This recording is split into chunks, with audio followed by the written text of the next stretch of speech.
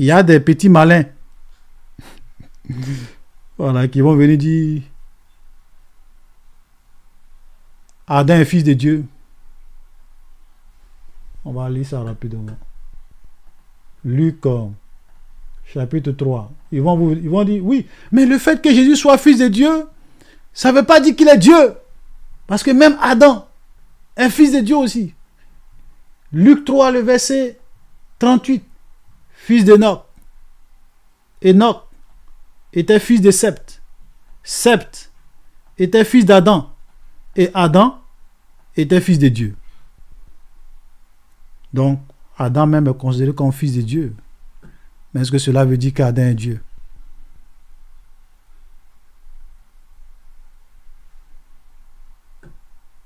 Ils vont venir vous prendre Job. Job chapitre 1, le verset 6. Or, les fils de Dieu vinrent un jour se présenter devant l'Éternel et Satan vint aussi au milieu d'eux. Même au ciel là-bas, les anges sont considérés comme des fils de Dieu. Donc, en quoi est-ce que le fait que Jésus dit qu'il est fils de Dieu, ça veut dire qu'il est Dieu? Les anges sont fils de Dieu, Jésus est fils de Dieu. Mais même vous, même les chrétiens, même toi-même tu es chrétien là. Dans Romains chapitre 8, ok, Romains, ils vont vous prendre ces passages là. C'est là que vous devez connaître les Écritures. Ils vont dire, car tous ceux qui sont conduits par l'Esprit de Dieu sont fils de Dieu.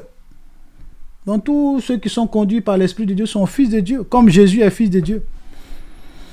Donc être fils de Dieu, ça ne veut pas dire que tu es Dieu. Erreur. Être fils de Dieu. Jésus est fils de Dieu. Il n'est pas fils de Dieu comme Adam. Il n'est pas fils de Dieu comme les anges. Il n'est pas fils de Dieu comme nous les chrétiens. Parce que nous les chrétiens, nous devenons fils de Dieu par la nouvelle naissance. Ok? Nous acceptons Jésus et nous devenons fils de Dieu. Mais Jésus, il est le fils unique de Dieu. Quand on dit fils unique, il n'y a pas deux. Il n'y a pas deux fils uniques. Il n'y a pas trois fils uniques. Jésus-Christ de Nazareth, il est le fils unique de Dieu. Alors que déjà dans l'Ancien Testament, les anges étaient considérés comme fils de Dieu. Mais quand Jésus arrive dans le Nouveau Testament, on dit qu'il est le fils unique de Dieu. Mais pourquoi? Pourquoi on dit qu'il est le fils unique de Dieu? Jean chapitre 3, le verset 16. Car Dieu a tant aimé le monde qu'il a donné son fils unique. Mais s'il était fils de Dieu comme Adam, s'il était fils de Dieu comme les anges, s'il est fils de Dieu comme les chrétiens, pourquoi il est le fils unique de Dieu? Et dans certaines expressions, on va dire le fils unique engendré de Dieu. Le fils unique. Jean chapitre 1, le verset 14. Et la parole qui était Dieu, elle a été faite chair. Et elle habitait parmi nous, pleine de grâce et de vérité. Et nous avons contemplé sa gloire. Une gloire comme la gloire du Fils unique venu du Père. Il est le Fils unique. Ça veut dire que le sens dans lequel Jésus est Fils de Dieu, il est le seul à être Fils de Dieu dans ce sens. C'est ce qui fait de lui Dieu. Lorsque la parole qui est Dieu prend corps, prend chair et rentre dans ce monde, on l'appelle le Fils unique de Dieu. Alléluia. Le Fils unique de Dieu, c'est Dieu qui prend un corps et qui vient dans ce monde. C'est pour cela qu'il est le Fils unique de Dieu. Donc, quand il leur dit, celui que le Père a envoyé et sanctifié, vous dites qu'il blasphème, parce que j'ai dit, je suis le Fils de Dieu. Oui, je suis le Fils de Dieu, je suis Dieu. Amen. Ça, c'est très, très, très, très important. C'est pour cela que nous ne devons pas avoir des doutes sur Jésus-Christ. Alléluia. Il est le premier-né de toute la création. Il est l'image du Dieu invisible. Tout a été créé par lui. On va lire ce texte-là et puis on va continuer rapidement. Il faut qu'on finisse rapidement le chapitre 10 aujourd'hui. Colossiens, chapitre 1, le verset 15. Il est l'image du Dieu invisible.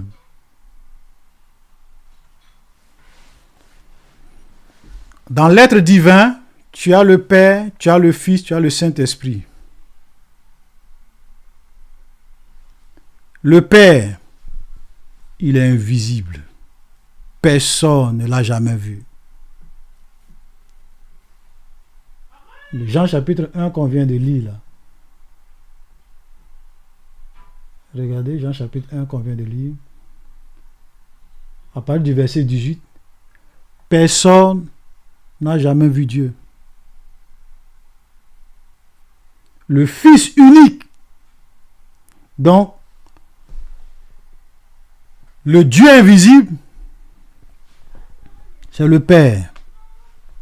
C'est pour cela qu'on dit, regardez très bien la phrase, personne n'a jamais vu Dieu. Le Fils unique qui est dans le sein du Père est celui qui l'a fait connaître. Je vous ai souvent dit que le mot Dieu dans la Bible peut être utilisé pour parler du Père. On peut utiliser le mot Dieu pour parler aussi du Fils. On peut utiliser le mot Dieu pour parler du Saint-Esprit seulement. Ou bien le mot Dieu peut faire référence aux trois personnes de la divinité. Ici, personne n'a jamais vu Dieu. Qui, précisément? Personne n'a jamais vu le Père. Personne. Donc, le Fils est celui qui révèle Dieu, qui se manifeste, que les gens peuvent voir. Mais le Dieu invisible, tu ne peux pas le voir. Donc le Fils, il est l'image du Dieu invisible. C'est pour cela que Jésus pouvait dire, celui qui m'a vu, a vu le Père. Quand Jésus a dit ça, les modalismes sont allés prendre ça pour dire, ah, le Fils est le Père. Vous êtes dans l'erreur. Pourquoi il dit celui qui m'a vu a vu le Père? Il explique dans le contexte. Mais je vous donne une autre explication. Le contexte dans le verset où Jésus a dit celui qui m'a vu a vu le Père. Quand vous lisez le contexte, il te dit pourquoi celui qui l'a vu, c'est comme s'il a vu le Père. Mais je te donne une autre explication. Pourquoi il dit celui qui m'a vu a vu le Père? On va lire juste 2 versets rapidement. Excusez-moi. Voilà. Jean chapitre 5, le verset 19. Jésus reprit la parole et a dit, en vérité, je vous le dis, le Fils ne peut rien faire de lui-même. Il y a des gens qui ont pris ça. Ah, Jésus dit qu'il ne peut rien faire de lui-même. Je leur ai dit, lisez la suite. Celui que vous dites qui dit qu'il ne peut rien faire de lui-même là, lis la suite. Et tu vas me dire s'il ne peut vraiment rien faire. Il ne fait que ce qu'il voit faire au Père. Et voilà le verset, la partie que les musulmans n'aiment jamais lire. Tout ce que le Père fait, le Fils aussi le fait pareillement. Il n'y a pas quelque chose que le Père fait que le Fils ne peut pas faire. Il n'y en a pas.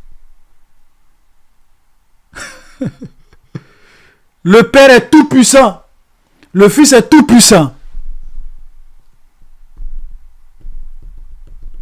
Il n'y a pas quelque chose. C'est pour cela qu'il peut dire aux gens, si tu m'as vu, tu as vu le Père. Parce qu'il n'y a pas quelque chose que le Père fait que moi je ne peux pas faire. De la même manière que le Père ressuscite les morts, il le dit, hein, car le Père aime le Fils et lui montre tout ce qu'il fait. Il lui montrera des œuvres plus grandes que celles-ci, afin que vous soyez dans l'étonnement. Et il dit, au verset 21, car comme le Père ressuscite les morts et donne la vie, ainsi le Fils donne la vie à qui il veut. Il n'y a pas quelque chose que le Père fait moi. De la même manière que le Père ressuscite les morts et donne la vie, moi aussi je ressuscite les morts, je donne la vie à qui je veux. Il dit même pas à qui le Père veut. Il dit, moi le Fils, je donne à qui je veux. Et il dit, le Père ne juge personne, mais il a remis tout jugement au Fils. Le verset 23. Afin que tous honorent le Fils, comme ils honorent le Père. Quel prophète peut dire ça? Toi, tu dis que les hommes doivent t'honorer comme ils honorent Dieu le Père. Qui es-tu? Et tu dis celui qui n'honore pas le Fils n'honore pas le Père qui l'a envoyé. Tu te fais égal à Dieu. Tu te fais Dieu. C'est pour cela que les Juifs ils avaient des problèmes avec Jésus. Parce que quand ils écoutaient Jésus, ils voyaient que ce gars-là, cet homme qu'on voit devant nous là, qui n'a même pas 50 ans, mais il se fait Dieu. Toi, tu n'as pas encore 50 ans. Tu as vu Abraham? En vérité, je vous le dis, avant qu'Abraham fût, je suis.